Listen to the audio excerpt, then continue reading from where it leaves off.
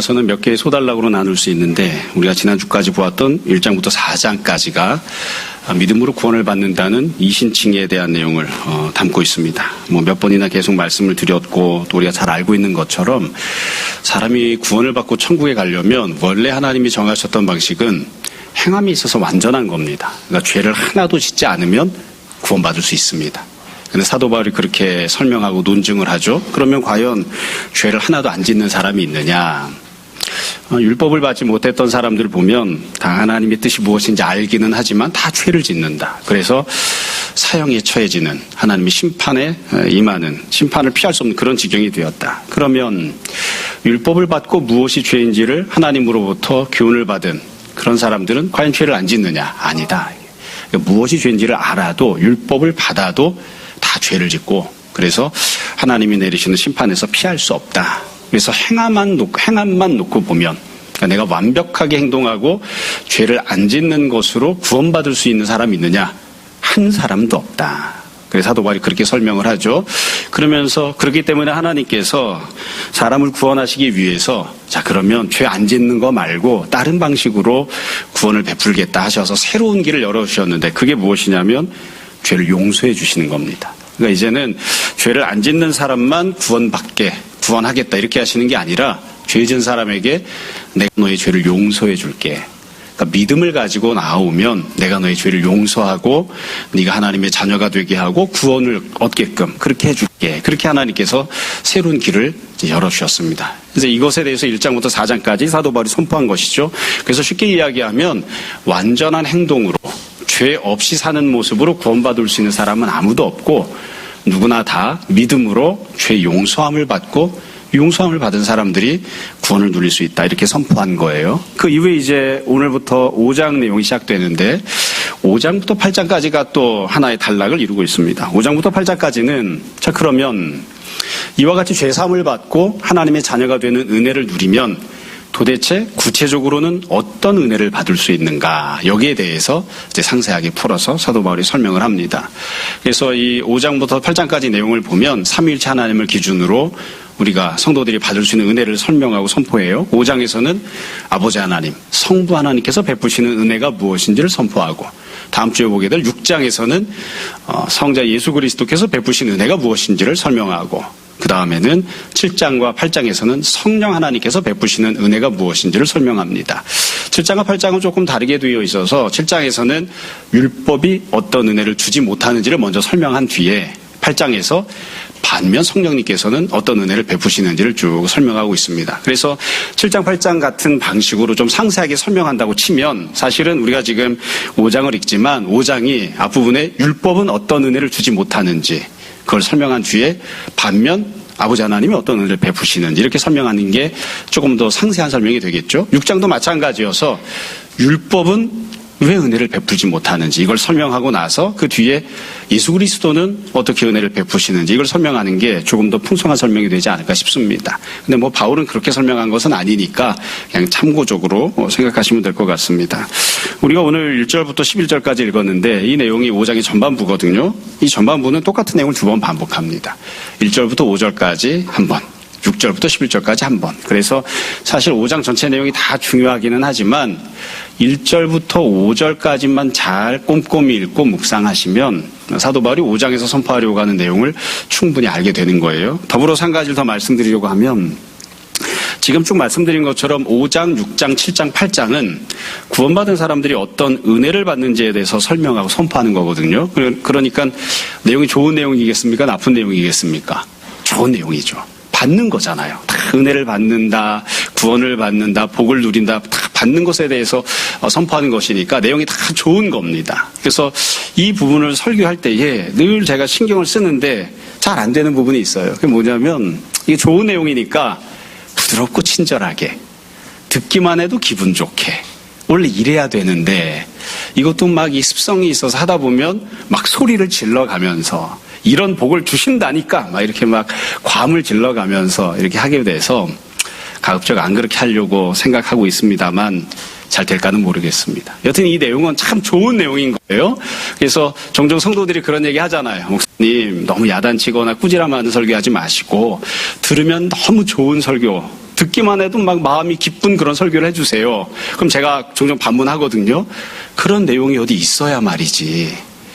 성경 본문 중에 꾸지람 하지 않는 내용이 어디 있는데 그러면 여기를 찾아서 읽으시면 됩니다. 로마서 5장부터 8장까지를 읽으시면 처음부터 끝까지 다 좋은 내용입니다. 다 줄게, 더 줄게, 채워줄게 이런 내용들만 이제 가득 나오니까 이 부분을 기쁜 마음으로 편안하게 잘 들었으면 좋겠습니다. 자, 1절부터 5절까지 내용을 보면 하나님이 베푸신 은혜가 3가지가 나와요. 너무나 잘 아는 내용이고 당연한 것들이긴 한데 첫 번째 은혜가 1절에 나옵니다. 1절에 보면 이렇게 되어 있죠. 그러므로 우리가 믿음으로 의롭다 하심을 받았으니 이제 우리가 믿음으로 죄사함 받고 하나님의 자녀가 되었어요. 하나님의 의를 선물로 받았습니다. 그 뒤에 보시면 우리 주 예수 그리스도로 말미암아 하나님과 화평을 누리자. 그러니까 첫 번째 하나님이 베푸시는 은혜, 아버지 하나님이 구원받은 자기 자녀에게 주신 은혜는 하나님과의 화평입니다. 너무나 당연한 것이어서 구체적으로 더 설명할 게 있을까 싶기도 합니다만 그래도 몇 가지 더 말씀을 드릴게요. 그러니까 예수님 믿고 구원받으면 제일 처음에 어떤 은혜를 받는가? 하나님과 사이좋게 지낼 수 있는 거죠. 하나님 앞에 기쁜 마음으로 나아갈 수 있고 하나님과 화평을 누리는 겁니다. 이게 가장 중요한 기본적인 틀이에요. 가장 중요한 기본적인 관계입니다. 여러분, 죄를 지으면 제일 먼저 무엇이 깨질까요? 관계가 깨지는 겁니다. 죄를 지었기 때문에 관계가 틀어진 거예요. 부부 사이도 그렇고 부모와 자녀 사이의 관계도 그렇고 하나님과 또 우리 사이의 관계도 마찬가지입니다. 관계가 틀어졌어요. 왜 그럴까요? 문제가 있었기 때문이죠. 누군가 잘못한 겁니다. 쌍방이 잘못했건 한쪽이 잘못했건 죄를 지으면 관계가 틀어져요. 그렇기 때문에 틀어진 관계 때문에 이런저런 여러 가지 일들이 생기는 것이거든요. 그래서 이 문제를 해결하려고 하면 제일 처음으로 중요한 첫 번째 단계가 뭐냐면 관계가 회복되는 겁니다. 여지껏의 관계 속에서는 백날 좋은 것을 주어도 소용이 없어요. 이 관계가 기본적으로 회복되지 않으면 아무리 좋은 것을 주고 아무리 좋은 선물을 주려고 해도 그걸 다 도구로, 악으로 받아들입니다. 그러니까 관계가 개선이 돼야 돼요. 관계가 회복돼야 됩니다. 그래서 예수님 믿으면 제일 처음에 주어지는 복이 하나님과 우리 사이의 관계가 회복되는 거예요. 그리고 이 회복되는 것은 오직 한 가지, 예수 그리스도로 말미암아 이루어지는 것입니다. 앞에 있던 설명대로 하자면 이렇게 이해하시면 돼요. 우리가 온전하게 행동을 해서 죄를 하나도 안 지어서 하나님과의 관계를 회복할 수 있는가? 없습니다. 그런 일은 없습니다. 그럼 구약시대를 생각해 보자고요. 하나님 율법을 주셨죠. 율법을 받은 사람들은 하나님과의 관계가 화목한, 화평한 관계를 유지했을까요? 우리가 잘 생각해야 되는데요. 예수님이 이 땅에 오시기 전에는, 예수님이 우리를 하나님과 화목하게 하시기 전에는 하나님이 심지어 구약에 베푸신 은혜로도 우리들과 화평하게 그렇게 지내지 않으셨습니다. 성경 공부할 때나 또 설교 시간에 늘 말씀드리잖아요. 이스라엘 백성들이 선한 의도를 가지고 좋은 목적을 가지고 하나님께 찾아왔어요. 그래도 죄를 지으면 하나님이 죽여버리셨습니다. 그게 기본적인 관계예요. 성경 읽다 보면 이해하기 좀 어려운 부분들이 있어요. 가령 이런 거예요. 대제사장이 하나님을 섬기고 싶어요. 아무 때나 지성소에 들어갈 수 있나요? 못 들어갑니다. 아무리 하나님을 사랑해도, 아무리 하나님을 섬기려는 마음이 있어도 온 마음을 다해도 1년에 딱 한 번만 지성소에 들어가는 거예요. 다른 때 들어가면 어떻게 될까요? 죽입니다. 그게 하나님과 사람의 관계예요. 내가 하나님을 섬기고 싶어서 갔는데 그래도 죽습니다. 만약 대제사장이 아닌 일반 제사장이나 이스라엘 백성도 말할 것도 없어요. 이스라엘 백성이 내가 하나님 앞에 더 가까이 나아가기 원합니다. 내가 하나님과 더 화목함을 누리길 원합니다. 그래서 일반 백성이 전 재산을 팔아서 그것을 제물로 삼아서 지성소에 가지고 갔다. 어떻게 됐을까요? 하나님이 하나도 안 받습니다. 죽여버립니다. 그게 하나님과 사람의 기본적인 관계예요. 그러니까 하나님과 사람은 기본적으로 어떤 관계냐면 하나님께서 나는 네 꼴 안 본다. 내 앞에 나오지 마라. 내 앞에 나오면 내가 정한 방식대로 따라오지 않으면 넌 죽는다. 이게 하나님과 인간의 기본 관계였어요. 그러니까 죽여버리시는 거죠. 종종 우리가 생활을 하다 보면 가끔 특히 우리나라는 더 그런 것 같아요. 엄격한 아버지나 엄격한 어머니들은 이런 입장을 취할 때가 있습니다. 아이가 뭘 잘못했어요. 그래 아이가 잘못했다고 옵니다. 그러면 용서해 주지만 동시에 이렇게 이야기하죠. 내 눈에 눈곱만큼이라도 거슬리는 행동을 하면 다시 너를 보지 않을 것이다. 자기가 무슨 하나님인 줄 알아요? 구약시대 하나님이 그렇게 행동하신 거예요. 눈곱만큼이라도 잘못하는 게 있으면 네가 아무리 좋은 뜻을 가지고 선한 목적을 가지고 나랑 잘 지내겠다고 와도 나는 네 꼴 안 보겠다. 그게 구약시대 때 있었던 모습이에요. 구약시대 때. 이게 기본적인 하나님과 인간 사이의 관계였던 거예요. 그러니까 우리가 인간관계에서도 마찬가지입니다. 저 사람이 눈곱만큼이라도 잘못하는 거, 내 마음에 거스르는 행동을 하면 난 저 사람을 보고 싶지 않아. 그 사람을 옆으로 치워내고 싶어. 그게 내 자식이어도 쫓아내버리고 싶어. 이런 마음을 갖고 있으면 절대로 화목하게 지낼 수 없어요. 수천 년 동안 그게 이미 입증이 되어 왔다고요. 그러니까 하나님이 어떻게 하셨느냐. 그렇게 해서는 사람들과 하나님 사이에 화평함이 있을 수 없으니까 방법을 바꾸셨잖아요. 어떻게 바꾸신 거예요? 네 죄를 내가 용서해 주겠다. 그게 바뀐 거예요. 네 죄를 용서하되 네가 적절하게 회개하지 않아도 내가 내 아들을 십자가에 달려 죽게 함으로 내가 너의 죄를 용서해 주겠다. 내가 손해를 보고 내가 희생을 하고 내가 감당을 하고 네 허물을 내가 덮어주고 내가 너의 죄를 용서해 주겠다. 그 관계로 바뀐 거죠. 그래서 예수 그리스도로 말미암아, 행함이 아닙니다. 율법이 아니에요. 예수 그리스도로 말미암아 하나님과 화평함을 누리는 관계가 된 거죠. 이게 첫 번째 은혜입니다. 그래서 우리는 하나님 앞에 나아갈 때 죄를 안 지을 수 있을까요? 죄 짓습니다. 죄를 지어도 된다는 뜻이 아니에요. 그러나 우리가 아무리 죄를 안 지으려고 해도 죄를 지을 수밖에 없는 존재예요. 하나님 그걸 아십니다. 그래서 죄를 지을 수밖에 없는 존재라고 하는 것을 인정하시는 거예요. 우리에게 너 죄 져도 좋아. 네가 어떤 죄를 져도 내가 다 몽땅 다 용서해 줄 거니까. 이건 아니에요. 내가 신앙생활하면서 여지껏 몇 주나 걸쳐서 말씀을 드렸잖아요. 믿음이란 도대체 무엇인가? 죄를 안 짓겠다는 마음이 믿음이에요. 죄를 용서받겠다는 마음이 믿음입니다. 근데 그런 믿음을 가져도 죄를 지을까요? 안 지을까요? 죄를 지어요. 근데 하나님이 그걸 아세요. 그래서 네가 믿음 가지고 죄를 안 짓겠다고 발버둥을 치지만 그래도 죄를 지을 때 네가 회개하면 내가 너를 용서해 줄게. 그렇게 하나님이 대하시는 거예요. 그래서 하나님과의 화평함을 누리게 하십니다. 화평함을 누리게. 그러니까 이 예수 그리스도께서 우리 죄를 용서하시는 것은 우리가 참 죄 안 짓고 살겠다고 그렇게 다짐하고 결심하지만 그래도 죄를 짓게 될 때 그 죄까지도 주님께서 용서하시는 그 은혜를 받게 되는 것이고 그것 때문에 우리가 하나님과의 화평함을 얻고 누릴 수 있는 것이죠. 이게 지금 처음에 선포하신 그런 내용입니다. 여러분, 하나님과 화평함을 누린다는 게 실제 현실 속에서는 어떠한 것이냐? 매우 간단합니다. 예배자가 되는 것입니다. 누구나 다 하나님 앞에 나아가서, 지성소 앞에 나아가서, 심지어 우리가 믿고 고백하는 대로 하나님의 보좌 앞에 나아가서 하나님 앞에 예배드리는 자가 되고 하나님 앞에 온전한 관계를 회복하는 자가 되는, 그게 이제 하나님과의 화평함을 누리는 그런 모습인 거죠. 예전에 한번 그런 예를 들었었는데 매우 적절하지는 않지만 또 바람직하지는 않지만 그렇게 이해할 수 있는 것 같아요. 하나님이 지성소에 계신 건 어떤 모습과 비슷하냐? 아버지가 애를 심하게 혼낸 다음에 난 네 꼴 안 봐. 그리고 문을 딱 걸어 잠그고 들어갔습니다. 여기까지가 잘 이해가 안 되시면 부부싸움을 심각하게 했습니다. 내가 네 꼴을 보느니 혼자 살고 말지. 나가. 그리고서는 방에 들어가서 문을 걸어 잠궜습니다. 그 문을 열고 들어갈 수 있는 사람이 누가 있을까요? 전 못 들어갑니다. 만약에 문 열고 들어가면 쫓겨날 판이니까.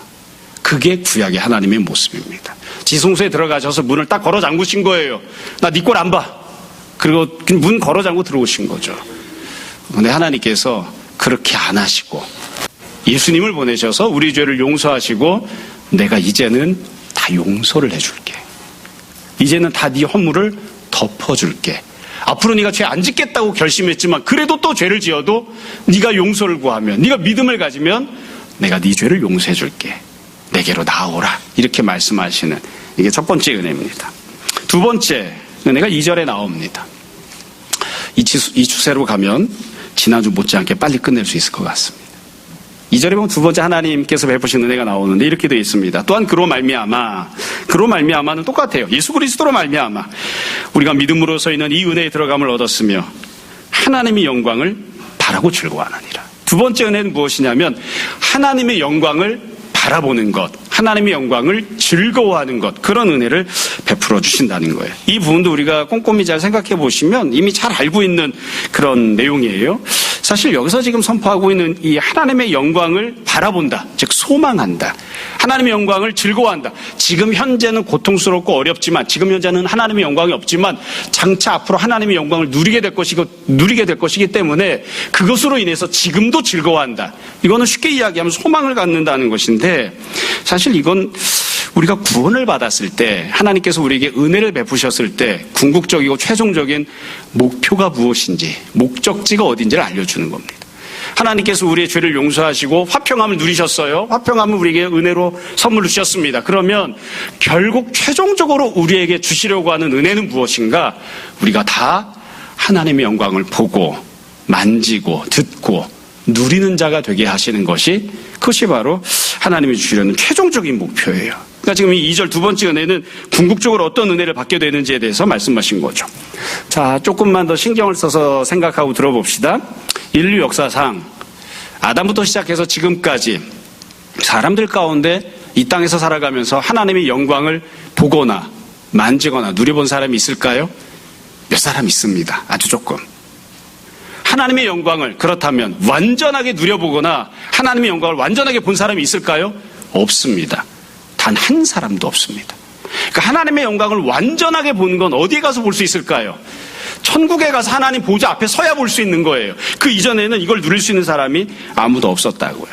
그러니까 이건 사실은 엄밀하게 이야기하면 하나님의 영광이 무엇인지 아는 사람이 있느냐? 없어요. 없기 때문에 말로 표현할 수도 없어요.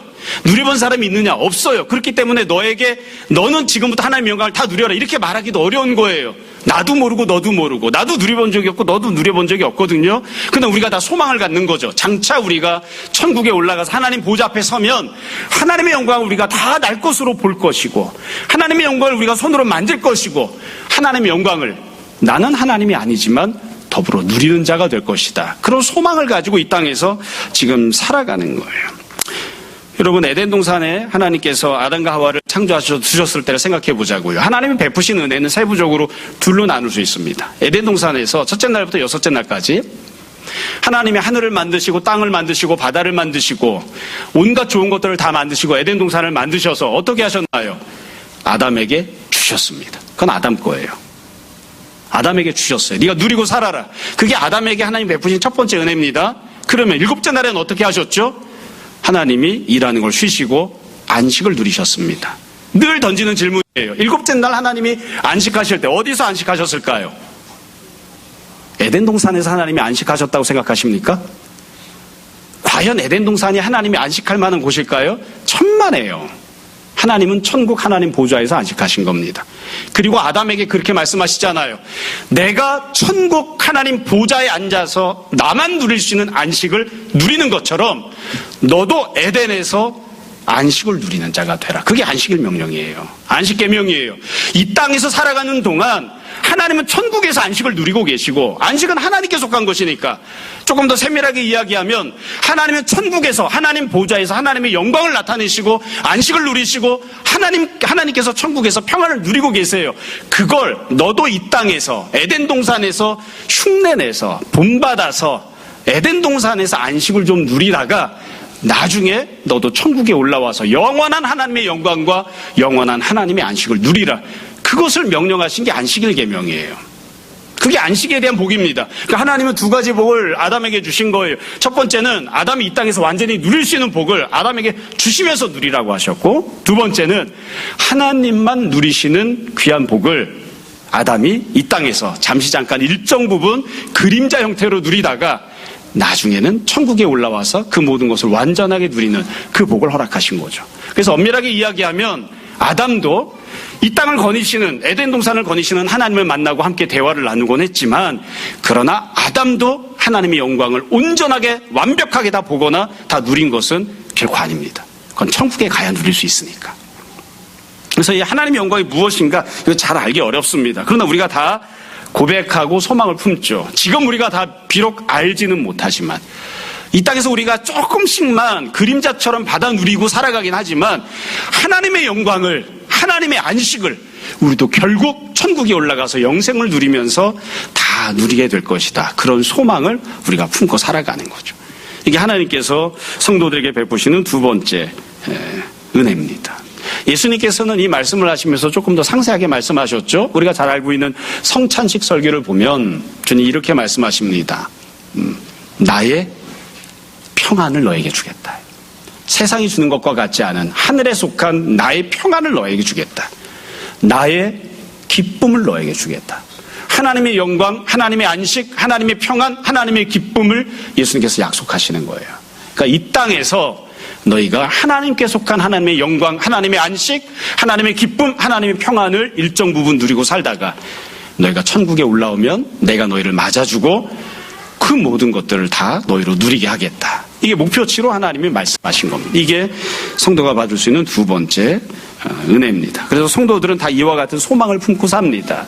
우리가 다 아는 대로 또 고백하는 대로 소망이라는 것은 천국을 바라보는 겁니다. 뭐 성적 조금 오르는 거, 돈 조금 더 많이 버는 거, 아프다가 조금 더 건강해지는 거 이런 것들이 아니라 성도가 품는 소망은 천국을 바라보는 것, 영생을 바라보는 것, 하나님의 영광을 누릴 것을 소망하는 것, 그게 성도가 품고 살아가는 소망인 것이죠. 이게 성도가 받는 두 번째 은혜고요. 마지막 세 번째, 하나님 아버지께서 성도들에게 베푸신 은혜가 3절부터 5절까지 나옵니다. 3절부터 5절 보시면 5절 맨 끝에 하나님의 사랑이 우리 마음에 부은 바 됨이니 해서 하나님의 사랑을 주신다는 내용이 나오죠. 3절부터 내용을 읽어볼게요. 이렇게 되어 있습니다. 다만 이뿐 아니라 우리가 환난 중에도 즐거워하나니. 저는 이런 본문 읽을 때마다 마음이 이렇게 늘 편안하지는 않아요. 이 준비는 되어 있어요. 환난을 당할 준비는 되어 있지만 그렇다고 즐겁지는 않아요. 여러분, 환난 당하는 게 좋으신 분 있나요? 저는 태어나면서부터 환난이 체질에 잘 맞습니다. 이런 분. 환난을 당하면 왠지 모르게 입가에 막 미소가 띄어지고 아싸 한번 환난을 당해보자 이런 마음이 드시는 분 있나요? 있으면 비정상입니다. 정상적인 상태가 아닌 거예요. 환난은 즐거운 일이 아니에요. 근데 성도들은 환난을 당하지만 즐거워한다. 그 뒤에 보면 더 기가 막힌 내용이 나와요. 환난이 무엇을 만든다고요? 이는 환난은 무엇을? 인내를. 인내가 좋은 건가요? 나쁜 건가요? 나쁜 겁니다. 인내 안 하고 사는 게 좋은 거예요. 인내 안 하고 살아도 참 즐겁고 행복하게 사는 게 바람직한데 인간이 그렇지가 못해요. 사람들이 살아가는 삶이 그렇지가 못해요. 그래서 인내하면서 사는 것도 우리가 좋다고 이야기를 하지만 그게 우리를 만들어주고 변화시켜주고 하나님의 자리에 나아가게 해주니까 좋다고 이야기하는 것이지 사실은 하나님이 처음에 아담과 하와를 창조하셨을 때는 인내하는 존재로 만드신 건 아니에요.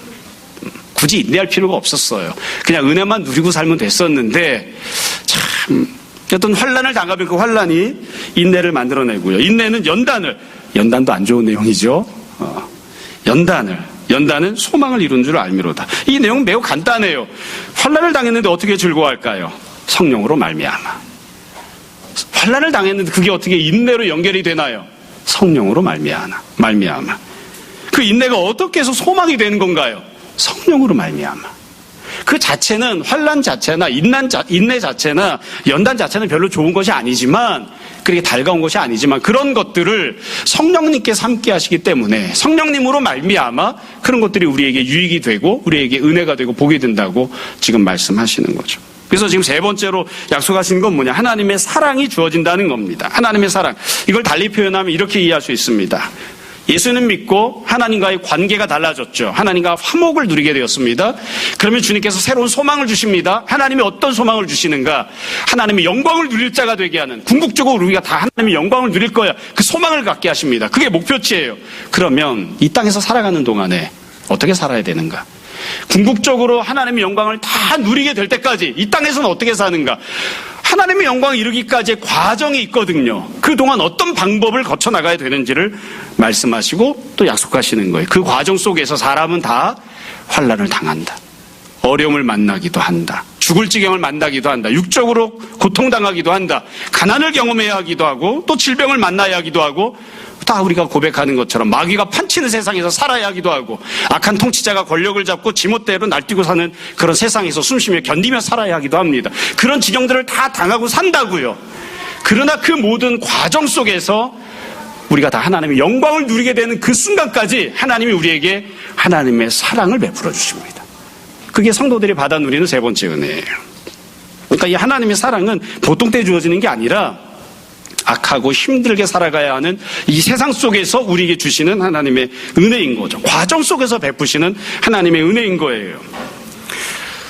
구약성경부터 하나님께서 주셨던 은혜들을 쭉 생각해 보시면, 하나님의 사랑을 생각해 보시면 매우 간단하게 돼 있어요. 하나님이 제일 처음에 아담과 하와에게 무엇을 만드셨죠? 에덴 동산 만드셨죠. 그게 하나님의 사랑입니다.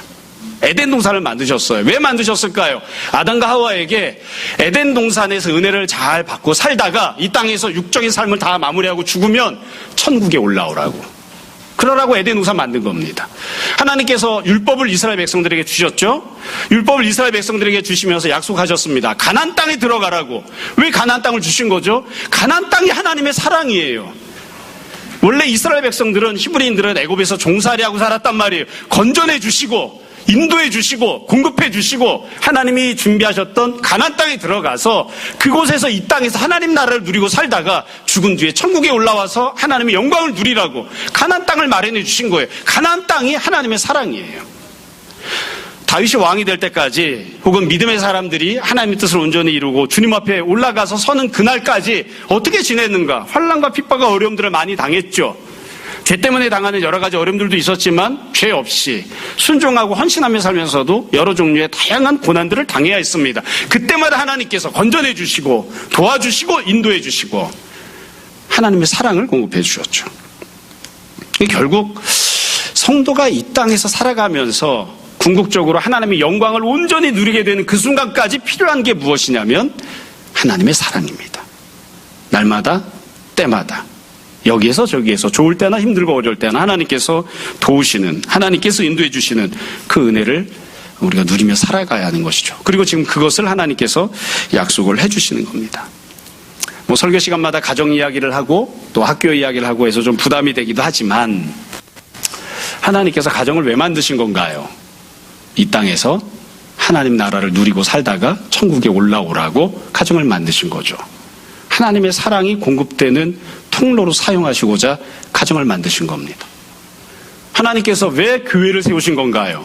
성도들이 이 땅에서 하나님의 은혜를 누리고 하나님의 사랑을 경험하고 하나님이 도우시고 인도하시는 그 모든 것들을 교회를 통해서 공급받고 지내다가 결국에는 천국에 올라와서 하나님의 영광을 다 누리는 자가 되라고. 그래서 하나님의 사랑은 가정을 통해 공급이 되고 교회를 통해 공급이 되는 것입니다. 조금 더 우리가 바라는 건 기왕이면 웬수 같은 부장이나 이사가 자리 잡고 있는 직장도 참 하나님의 사랑이 있는 곳이 되면 좋겠는데 그렇지 못한 때들이 좀 많이 있어서 좀 아쉬운 부분이긴 하죠. 하나님의 사랑을 베푸시는 것에 대해서도 하나님께서는 마찬가지로 말씀하십니다. 이건 다른 것을 통해서 되지 않아요. 5절 중간에 보시면 우리에게 주신 성령으로 말미암아. 그러니까 하나님의 사랑을 받는 건 계속해서 우리가 이야기하는 것처럼 내가 죄 하나도 안 짓고 온전하게 행동하는 것으로 말미암아 못 얻습니다. 사람이 만든 제도를 통해서 못 얻습니다. 사람이 노력하고 성실하게 사는 것으로 못 얻습니다. 율법을 통해서 하나님이 구약시대 때 주셨던 은혜의 방편을 통해서도 못 얻습니다. 성령님을 통해서만, 예수 그리스도를 통해서만 하나님의 사랑을 선물로 받을 수 있는 것이죠. 자, 그래서 1절부터 5절까지 내용을 우리가 보았는데 이 내용을 쉽게 정리하면 이렇게 이야기할 수 있습니다. 사도 바울이 5장에서 죄사함 받고 하나님의 자녀가 된 성도들이 받을 수 있는 은혜가 있습니다 라고 선포하는 거예요. 첫 번째로 성부 하나님께서, 아버지 하나님께서 우리에게 은혜를 베푸십니다. 세 가지 은혜를 베푸시는데 제일 중요한 첫 단계, 하나님과의 관계가 회복됩니다. 우리가 이제 하나님 앞에 나아갈 수 있습니다. 하나님과의 화평함을 누릴 수 있습니다. 두 번째, 하나님만 갖고 소유하고 누리시는 하나님의 영광을 우리가 이제 소망하는 자가 될 수 있습니다. 세 번째, 그 영광을 누리기까지 하나님의 사랑을 받으며 이 땅 가운데서 살아갈 수 있습니다. 그게 이 사도 바울이 선포하고 있는 성부께서 베푸시는 은혜입니다. 이 내용을 6절부터 11절에 보면 다시 한 번 더 반복해서 설명을 했어요. 6절부터 11절은 아주 간단하게 말씀드리려고 합니다. 먼저 6절을 보시면 6절부터 8절까지를 보시면 8절 맨 끝에 이렇게 되어 있죠. 하나님께서 우리에 대한 자기의 사랑을 확증하셨느니라. 하나님의 사랑이 주어지는 거예요. 9절부터 10절까지가 두 번째 은혜가 나오는데 10절 중간에 보시면 하나님과 화목하게 되었은즉, 하나님과의 화목함을 우리에게 은혜로 선물로 베푸시는 거예요. 11절에 보면 맨 끝에 하나님 안에서 또한 즐거워하느니라. 이 표현은 앞에 나왔었죠. 하나님 앞에서 즐거워하느니라. 이것은 하나님의 영광을 즐거워한다는 2절에 나왔던 그런 표현입니다. 그러니까 이 6절부터 11절을 보면 똑같아요. 순서만 조금 달라졌을 뿐이고 하나님의 사랑, 하나님의 영광, 하나님과의 화평함을 누린다라고 선포하는 거예요. 다만 6절부터 11절을 보면 조금 독특한 특징을 가지고 기록한 부분이 있습니다. 6절을 보세요. 우리가 아직 연약할 때에. 8절에 보면 우리가 아직 죄인 되었을 때에. 그렇게 되어 있죠. 9절 두 번째 줄에 보시면 더욱 그로 말미암아 진노하심에서 우리가 아직 진노를 받고 있을 때에 10절에 곧 우리가 원수 되었을 때에 그러니까 하나님께서 하나님의 은혜를 언제 베푸시는가 이게 아주 중요한 특징이에요. 우리가 아직 자격을 갖추고 있지 못할 때에 우리가 자격을 갖추고 있지 못할 때 하나님 이런 은혜를 베푸시는 거예요. 그래서 앞부분에 나왔던 것과 매우 달라요. 내가 완벽하게 행동을 해서 자격을 갖추고 있을 때 하나님 은혜를 받는 것인가? 아닙니다. 완벽하게 행동하지 못한 거예요. 우리가 아직 연약해요. 심판받아서 질병에 휩싸여 있어요. 우리가 다 죄악 가운데 있어요. 하나님의 진노하심 가운데 있어요. 그럼에도 불구하고 하나님의 은혜를 베푸시는 거죠. 아무런 자격이 없음에도 불구하고. 그리고 그 뒤에 보시면 어떻게 그러면 우리가 이렇게 연약한데 우리가 아직 죄인인데 어떻게 해서 하나님 은혜를 베푸시는가? 그 뒤에 보면 구체적인 설명을 합니다. 6절 두 번째 줄을 보세요. 기약대로 그리스도께서 경건하지 않은 자를 위하여 죽으셨기 때문에 예수님을 위해서 죽으셨기 때문에 우리가 하나님의 사랑을 받고 살아가는 것이죠. 9절을 보시면 이제 우리가 그의 피로 말미암아 의롭다 시험을 받았으니 10절에 보시면 우리가 원수 되었을 때에 그의 아들의 죽으심으로 말미암아 그러니까 결국 우리가 자격이 없지만 우리가 다 죄인이지만 예수님 때문에 우리가 은혜를 받는다고 이렇게 선포합니다. 6절부터 11절에서 우리가 중요하게 생각해야 되는 부분은 이 부분이에요. 자 이제 저를 보시면 됩니다. 우리가 1장부터 4장까지 계속해서 이야기했잖아요. 구원은 무엇으로 받습니까? 믿음으로 받죠. 그럼 하나님의 은혜는 무엇으로 받을까요? 믿음으로 받아요. 근데 지금 6절부터 11절에 믿음이라는 단어가 나오나요? 한 번도 안 나옵니다. 하나님의 은혜 뭘로 받을까요? 하나님의 은혜를 베푸셔서 받는 겁니다. 하나님의 은혜를 어떻게 받을까요? 하나님께서 역사하시고 하나님께서 우리에게 긍휼을 베풀어 주시고 하나님의 은혜를 베풀어 주시기 때문에 받는 거예요. 어떤 사람이 은혜를 받을까요? 믿음을 갖고 있는 사람이 받죠. 그러나 믿음은 하나님이 베푸시는 은혜와 비교하면 콩알만 하지도 못하기 때문에 아예 언급조차 안 한 거예요. 하나님께서 하나뿐인 독생자를 이 땅에 보내시고 십자가에 달려 죽게 하심으로 너희에게 은혜를 베푸신 거야. 그 하나님의 은혜에 비하면 너희가 품고 있는 믿음은 그까짓 게 뭐라고? 그건 아무것도 아니지. 아예 언급도 안 하잖아요. 사실은 논리적으로 보면 하나님이 베푸신 이 세 가지 은혜를 무엇으로 받는다고 선포해야 됩니까? 믿음으로 받는다. 믿음으로 받는다. 믿음으로 받는다 해야 되잖아요. 근데 왜 믿음이란 말을 여기서 설명하지 않았을까요? 그게 하나님의 은혜와 견주면 아무것도 아니기 때문에 그렇습니다. 그러니까 우리가 근본적으로 하나님의 은혜를 받는 건 하나님이 우리를 사랑하시기 때문에 하나님께서 우리에게 독생자를 주실 만큼 사랑하시기 때문에 하나님께서 우리에게 은혜를 베풀기 원하시기 때문에 우리가 은혜를 받는 것이지 내가 믿음을 갖고 있으니까 그 믿음이 은혜를 받을 만한 합당한 자격이 된다? 천만에요. 믿음이 있어야 은혜를 받지만 믿음은 하나님의 은혜를 받을 만한 합당한 자격이라고 말하기 어렵습니다. 하나님이 그냥 은혜를 베풀어 주신 거예요. 은혜를 베풀어 주시는. 우리가 그 사실을 항상 기억해야 됩니다. 높아심 때문에 말씀드립니다. 그러면 믿음 없이도 죄 짓고 살아도 되나요? 천만에요. 구원받는 것도 믿음으로, 하나님의 은혜를 받는 것도 믿음으로 받는 겁니다. 종종 어떤 성도들이 그런 질문을 저한테 할 때가 있어요. 저 사람은 은혜 받는데 왜 저는 은혜를 못 받습니까? 대답은 간단해요. 네가 죄가 많잖아. 네가 죄를 짓잖아. 믿음이 없잖아. 믿음을 갖고 있어야 하나님 주시겠다고 한 은혜를 받을 텐데 믿음이 없어서 은혜를 못 받고 있는 거지. 하나님이 너에게 모든 것을 다 주기 원하시는데 믿음이 없어서 못 받고 있는 것이지. 물론 믿음을 갖고 있어도 못 받는 경우들도 있습니다. 그러나 거의 대부분은 믿음이 없어서 못 받는 거예요. 성경에서도 그렇게 이야기하잖아요. 우리의 경험에서도 그렇습니다. 엘리야가 기도했더니 하늘이 열리고 비가 내리고 비가 그치기도 하는데 왜 우리가 기도하면 그런 일이 없을까요? 믿음이 없어서. 그걸 부정할 수 있습니까?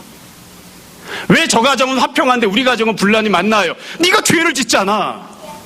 네가 믿음이 없잖아. 하나님의 은혜를 사모하지 않잖아. 네가 믿음을 가지면 하나님께서 네 믿음과는 견줄 수 없는 큰 은혜를 베푸실 텐데 그 콩알딱지만한 눈꽃만한 믿음을 네가 안 갖잖아. 그냥 여전히 죄를 짓고 죄 용서받고자 하는 마음이 없고 불신앙으로 살고 세상적인 방법을 추구하고 세상을 사랑하잖아.